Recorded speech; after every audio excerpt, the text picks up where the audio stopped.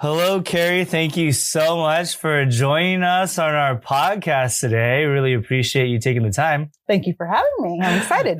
Well, our conversation today is going to be around diversity, equity, and inclusion in the Garland School of Social Work. Really excited to lean in to engaging in this. And we've had several conversations around this topic even today. And so really our hope for this podcast is that, man, our community will be able to really hear the heart, but really the commitment that the Garland School of Social Work has to diversity, equity, and inclusion by showcasing various initiatives, programs, and policies that really foster what it looks like to have an inclusive environment and really provide an authentic, in-depth representation of like who we are. And really at the heart of it is belonging, right? Yeah.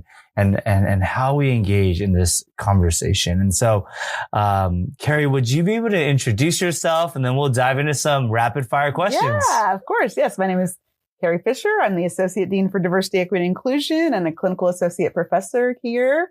I get to teach the Human Diversity and Social Justice classes and the Human Diversity and Leadership classes at the undergraduate level. And I've been at the Garland School for about 10 years now.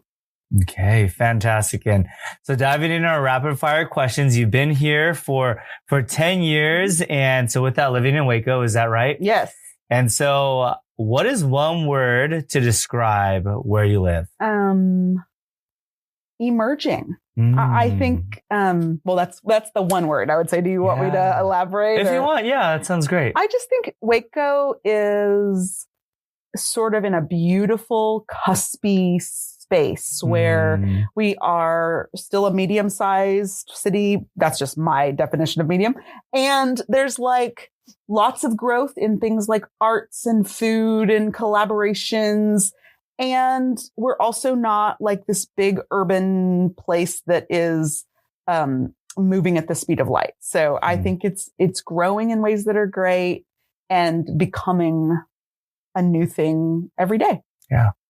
And in that immersion city, we have one of our favorite places that we like to go to. You like to call it your second office away from your wonderful office that we're sitting in here today in the Garland School of Social Work. And that office is CHA Community. Shout out to our friends, Jaja, Devin, the work that they do here in the city with Asian Leader Network.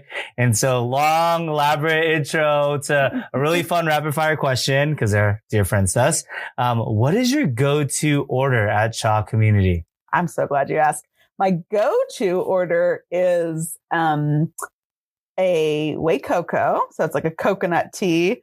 And that generally comes with oat milk, which I do like, but I actually get half and half in my order. And if I'm really living my best life, I get 100% sweetness. Love it. So friends, students, you know what to get, Kerri, over at CHA Community. You know what our office is. And so with that being said, one final question. What is one book you're currently loving? Well, I am so sad to report that I'm in a real slump. I've been just like reading half of books and putting them down, which is really unlike me. There's something in the air. So instead, I'm just going to tell you one of my go-to favorites that never disappoints me. And that is Consolations by David White. I have it here on my desk. And it is basically an ode to language, to words. So each page is like, it might be the word loneliness. And there's this like beautiful, maybe 3-page, very rich spiritual reflection on loneliness. And it always leaves you with a certain amount of depth and solace. In fact, solace is in the subtitle. So I really, as a word lover, that's my one that I can always depend on. It's so sweet that in those moments you can cling to the books that you love. Yes. Or the book that you love, but then have permission to say, you know what, I'm going to put this book down that I'm reading, start another one, take that one. You know what? I'm going to hop into another one. I feel like I'm going to be in that kind of season, this break, just kind of refreshing on some different areas, pick some books up, put some down. So, so good. So diving into really our podcast on diversity, equity, and inclusion, want to start off with reflecting on what we do here in the Garland School of Social Work. And so kind of one of our first questions, how have you seen the Garland School of Social Work prepares social workers for worldwide service and leadership? Yeah.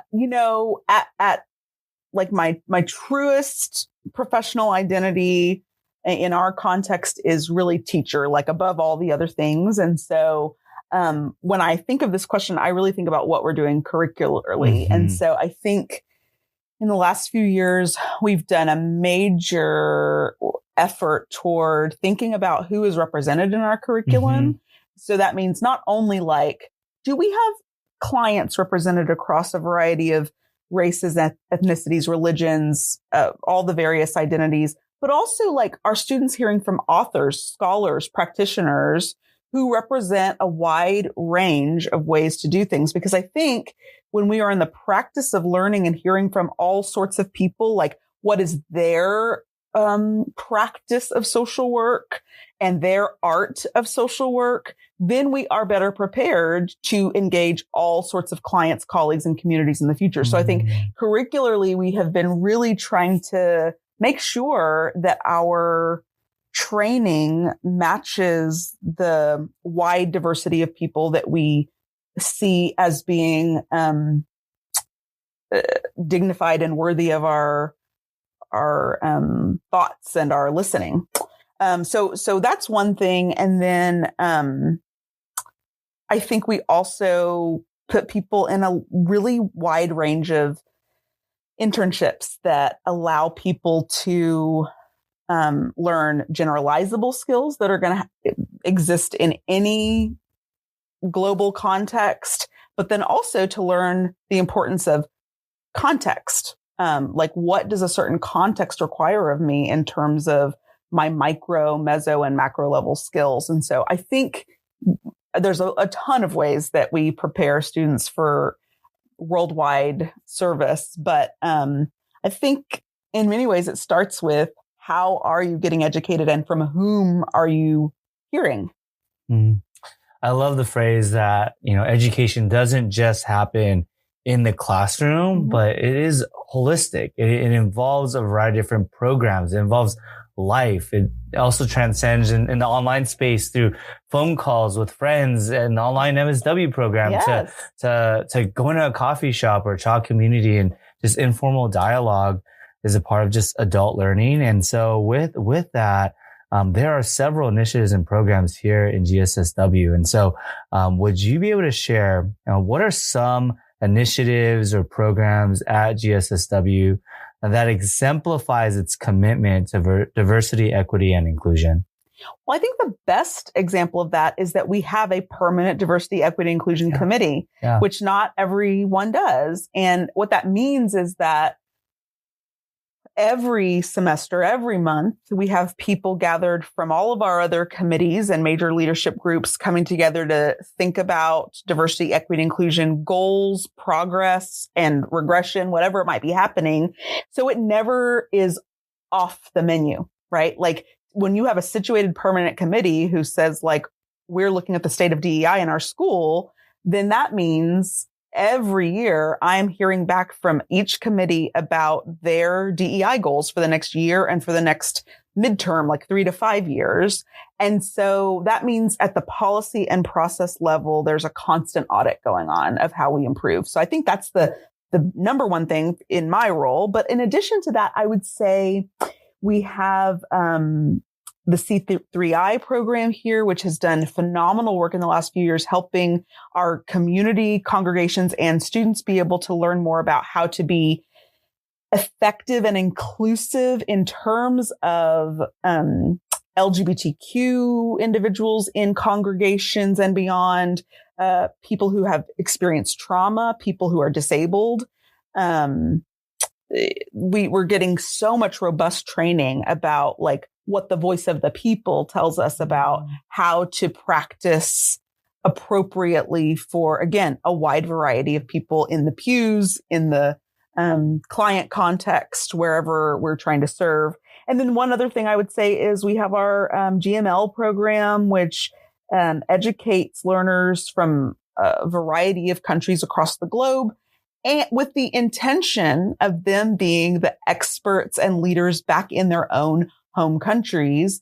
rather than having a sort of different sending model that sort of maybe centers someone out of context as the leader or as the expert. We're training and equipping people to go back to their home countries. And by the way, not only go back to their home countries as experts, but also to increase our expertise of a wide range of cultural and national, global perspectives on things, so that we also don't get too centered in thinking that something is the right way of doing social work practice when it might be the American way, or it might be the Southern way, even if we're located at the residential campus. And so I think those are some initiatives that come to mind. Yeah. Kerri, and just thank you for just the ways that you partner, collaborate, support, and really lead these committees. It's so significant and important.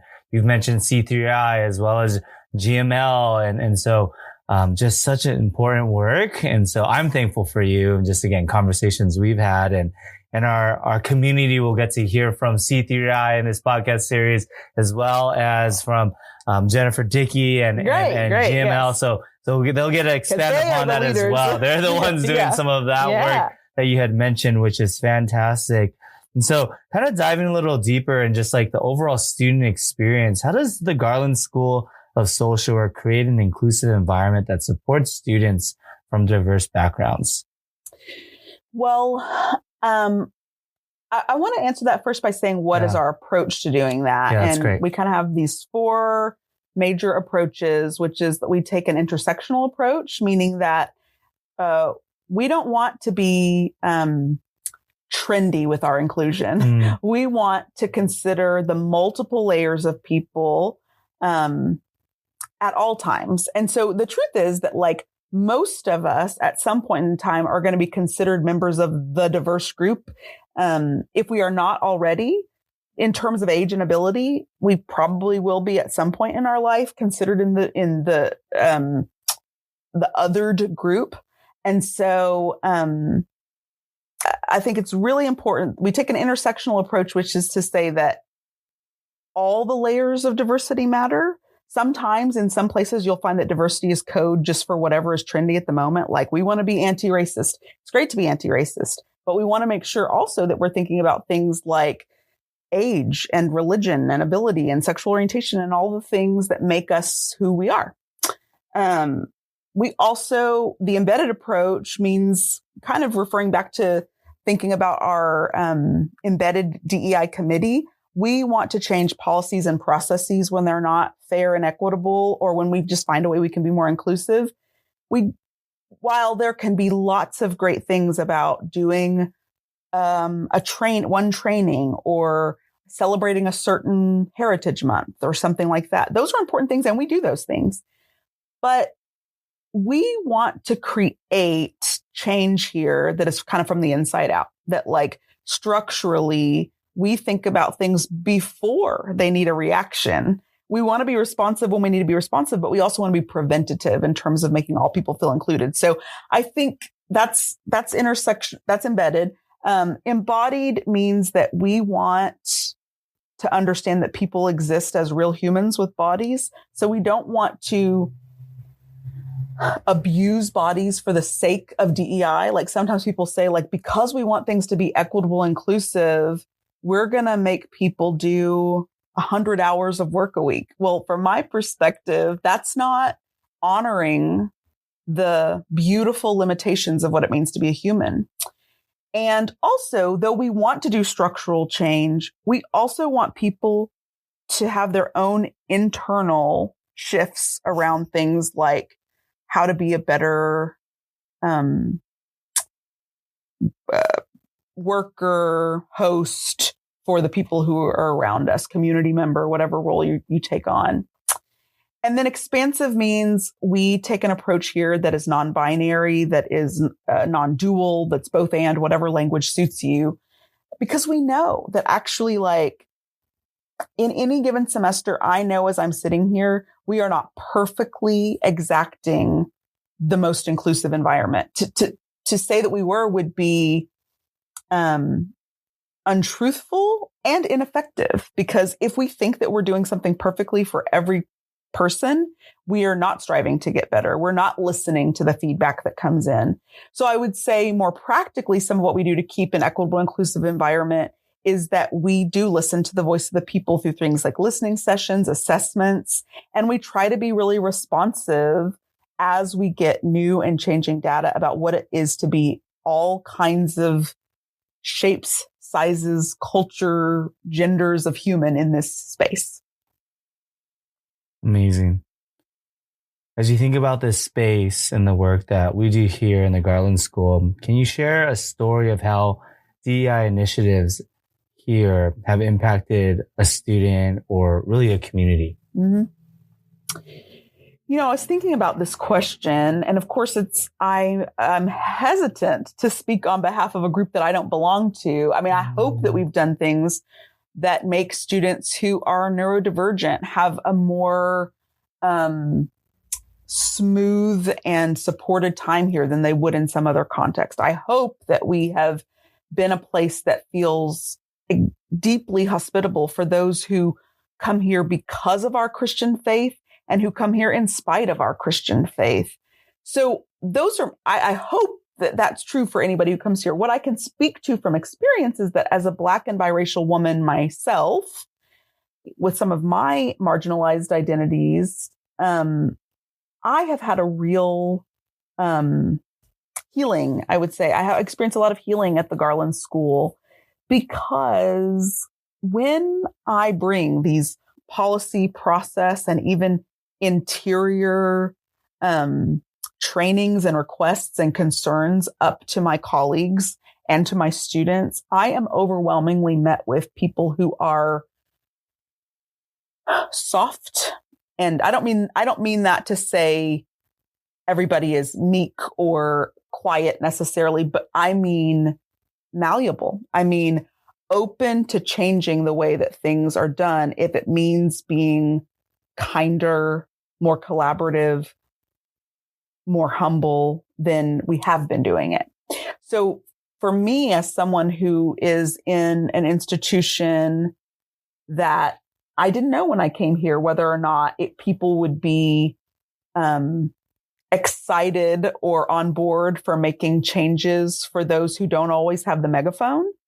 I have found this to be a community, both in person, online, that is willing to do the really painful and sometimes slow but meaningful work of real embedded change. And so what I can say is that I have heard a similar narrative from other students and colleagues who say it is refreshing to be at a place where when I bring something up and say, hey, this kind of policy doesn't necessarily seem like it has me in mind, or this thing that was said in class was really harmful to me because of this background that I have. I find that people generally get a listening ear and some willing hands to get to work about shifting. Now, whether that is the exact change that every single student or colleague wants, it's not always, but I think it's a huge healing for me to be with people who really do embody a spirit of cultural humility, saying like, I might not have everything right, and I might have learning and growing to do, even if I've been working in social work for 50 years. That's really important, I think. Yeah. Just reflecting on even my own experience being a part of the Garland School of Social Work, and it has been, to use your words, it has been so refreshing. So refreshing to be a part of a community that really seeks to embrace and care and support one another on not just a space of doing or even duty, but from a posture of being human beings. Yes. And what it means to understand our very being and accepting one another and caring for one another, and accepting a difficult word sometimes, but also just to really belong and come alongside. And such great work in cultivating a culture, not just a community around that. And I'm reflecting on just maybe neighboring institutions and universities and colleges where maybe diversity, equity, inclusion efforts may not be as represented. When I think about social work education and social work ethics, the Garland School of Social Work has such an opportunity to be able to engage in what it means to be a social worker that understands what it looks like to experience effective and thoughtful diversity, equity, inclusion initiatives that I believe is so essential to becoming an effective social worker. Absolutely. And so, Kerri, why is diversity, equity, and inclusion essential for preparing ethical and effective social workers? Well, the first answer is really simple, which is that the Council of Social Work Educators and NASW tell us that we must. Absolutely. that social justice, diversity, cultural humility, non-discrimination, all of these things are kind of all over the documents that guide our profession and the education for this profession. So at a basic level, it's mandatory because social workers are going to be working with all kinds of people. Sometimes it's funny because, and I'll tell on myself. I was the sort of student who came into social work thinking like, I know exactly the type of clients I'm going to work with and nobody needs to tell me otherwise. And of course I ended up working with nothing like the population that I thought I was going to work with.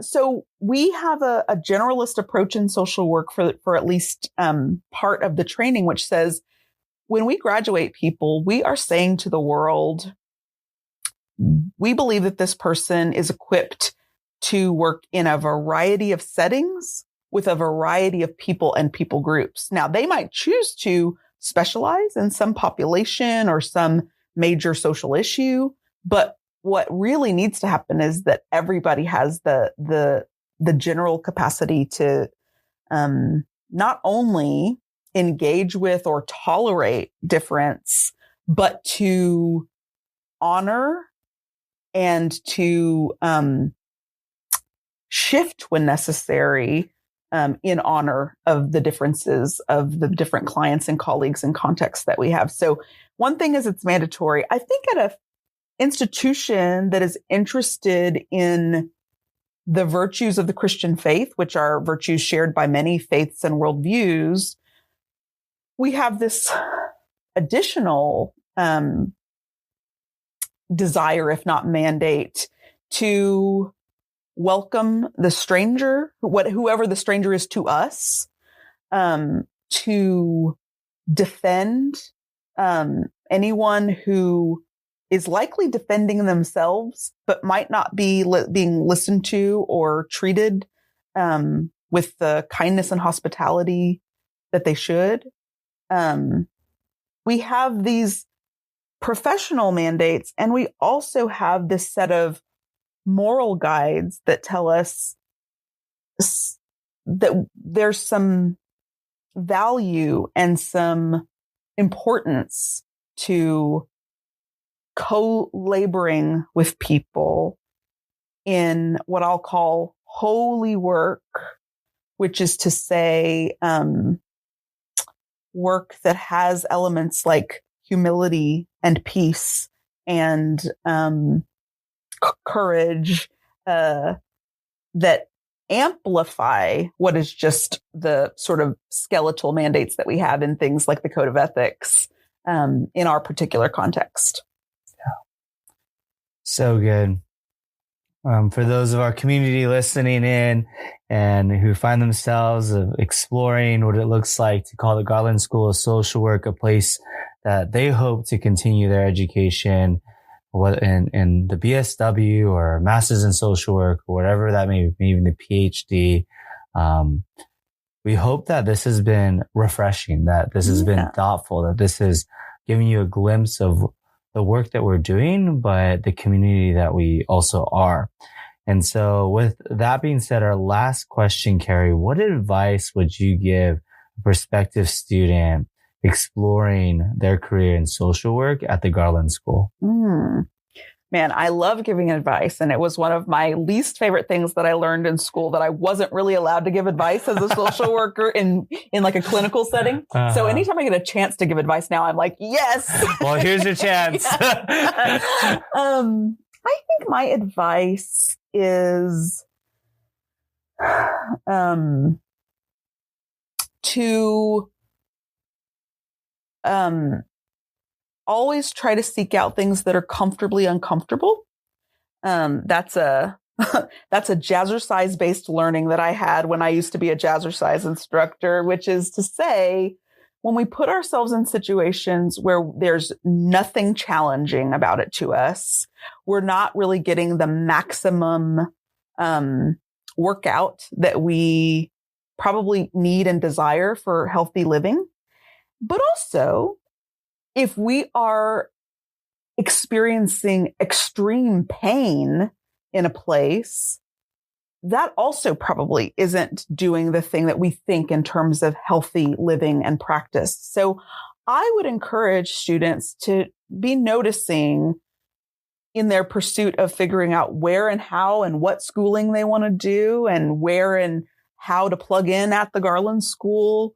What is comfortably uncomfortable? What gives me the security that lets me feel like I have that secure base from which I can reach out to try new things? But then also, what is going to kind of topple me a little bit such that actual, like, learning, I think sometimes this comes as a surprise to students sometimes and to colleagues, because lately, and by that I mean like over several decades, learning in some spaces has become rote.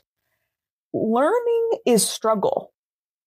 Real learning means some amount of discomfort. And so that's what I would say is, like, ask yourself, what do I notice is making me comfortably uncomfortable, safe and daring? Because I think that will be a good litmus test for where you can do the most growth and the most good, maybe. Kerri, thank you so much for taking the time and sharing about our community and what our everyday looks like here in the Garland School. This glimpse has been just so appreciative and looking forward to future conversations. Yes, thank you so much for having me. It was a delight.